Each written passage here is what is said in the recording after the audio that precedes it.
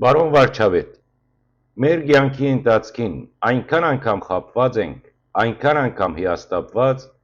որ այսօր նույնիսկ երբ կտեսնենք ձեր բարեպաշտ, աստվածավախ կերպարն ու ձեր վարված ուղիղ կյանքը,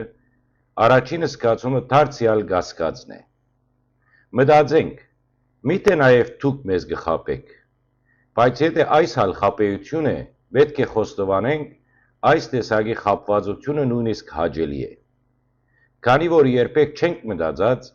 թե պիտի գար օրը, երբ այսքան աստվածասեր, հոգևոր շունչ ունեցող ղեկավարը պիտի ունենայինք։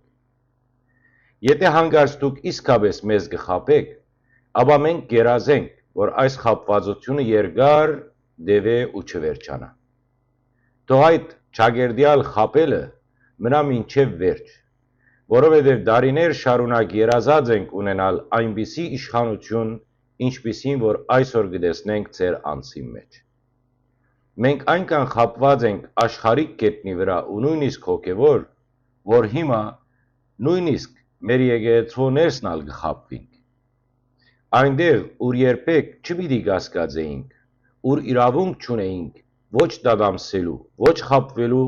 իսկ այսօր ճիշտ հոն է մեր փորձությունը։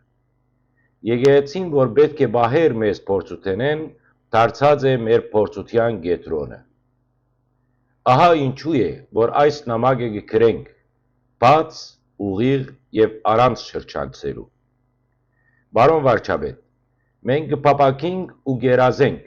որ դուք մեզ չխաբեք։ Թող մնա այն, ինչպես որ այսօր կտեսնենք ձեզ։ Բայց եթե նույնիսկ ձեր մտքի մեջ գա մեզ խաբելու մեկ միտք, այնպես ինչպես որ դարիներ շարունակ ուրիշները ըրած են,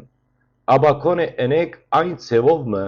որ մենք երբեք չզգանք եւ չիմանանք։ Թող այդ խաբելը, եթե գոյություն ունի, այդպես ալ մնա մինչև վերջ հավիտյան ծածուկ, որբեսի ժողովուրդը չգոդրվի։ Որովհետև եթե մեկ օր բացահայտվի, որ դուք ալ խաբեցիք ժողովրդին, ուրեմն մեր ժողովուրդը կգանքնի ամբողջական կորստյան առջև։ Եվ այդ մեղքը,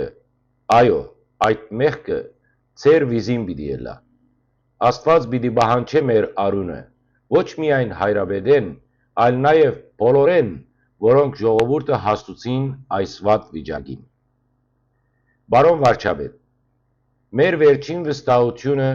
մեր վերջին հավատքը ձեր ձեռքերու մեջ է։ Ձեզ մեկ աղյալ է, ժողովուրդը պիտի կանգնի արդարության ու ճաշակի վրա, թե պիտի գործվի իր վերջին ապավենը